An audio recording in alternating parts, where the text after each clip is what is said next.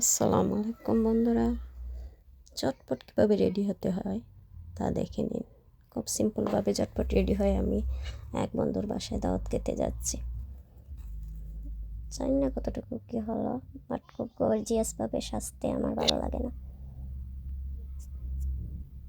তাই সবসময় সিম্পল সাজগোজ করে। কমেন্টে জানাবেন কেমন হলো। ভালো থাকবেন, দোয়া করবেন, সাপোর্ট করবেন, সাবস্ক্রাইব করে দেবেন ভালো লাগলে। এটাই আশা রাখি।